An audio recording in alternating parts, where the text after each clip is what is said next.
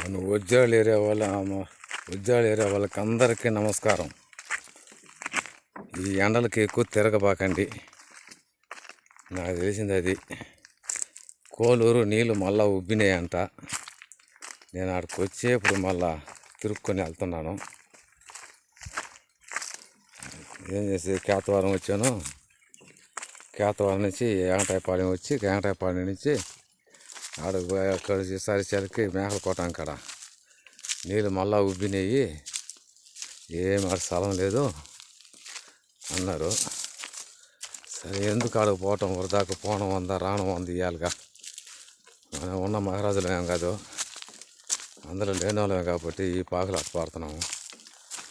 వానలు పడిన తర్వాత తొలకరింపులు పడిన తర్వాత వద్దాము, ఎందుకు ఇంటికన్నా వెళ్ళిపోతే బాగుంటుంది అనిపించింది నాకు.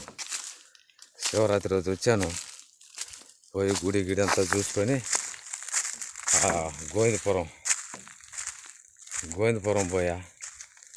గోవిందపురం చూసుకున్నా, ఎట్టు వచ్చా వెంకటాయపాలెం వచ్చా, ఎర్రగొండ అంతా దిగినా. ఆడ పోదాం మేకల కోటం కలిగిపోతే ఆ మాట అన్నారు. ఎందుకులేని ఏదో బైకు ఒక ఇద్దరు వచ్చారు ఎర్రగొండ మీదకి, ఓనర్ పైకి వాళ్ళు ఎవరున్నారు మరి నాకు తెలియదు. 500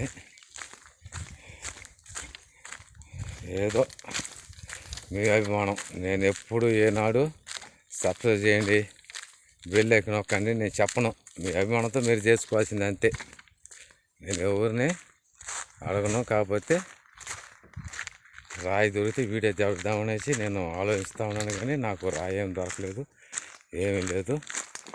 ఇది ఒకటి దొరికింది, అది ఏందో నాకు అర్థం కాలేదు. అది ఎట్లా ఉందంటే దాన్ని పెడతాను చూడండి. జోబిలన్నీ పెట్టుకున్నా దాన్ని. చిన్న రోబు అది, మెరుపు మాత్రం భలే ఉంది, కానీ ఇది వజ్రం మాత్రం కాదు. ఎవరున్నారా?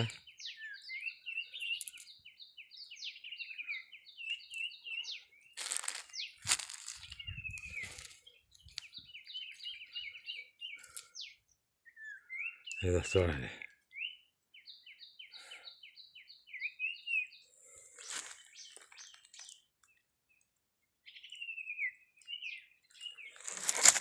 నీళ్ళలో పెడితే మీకు అర్థమవుతుంది. నీళ్ళలో పెడితే అర్థమవుతుంది. ఏ చెత్త పడిపోవడం దీని మీద దుమ్ము అర్థం కాలేదు. మరుగుంది ఇది ఏందో నాకు అర్థం కాలేదు.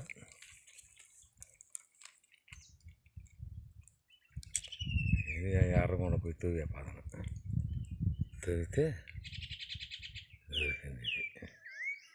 ఇది తూగి దీని బట్టా పెద్దది పెట్టాను అనమాట.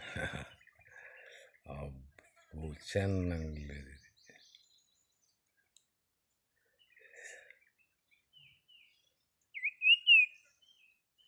చేతిలో కూడా దూసిపోతుంది. ఇది పట్టి తీద్దామంటే దూసిపోతుంది.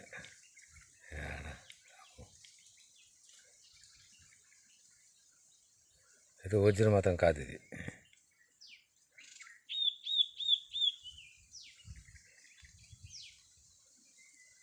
అది ఫ్రెండ్స్ ఉంటారు మరి.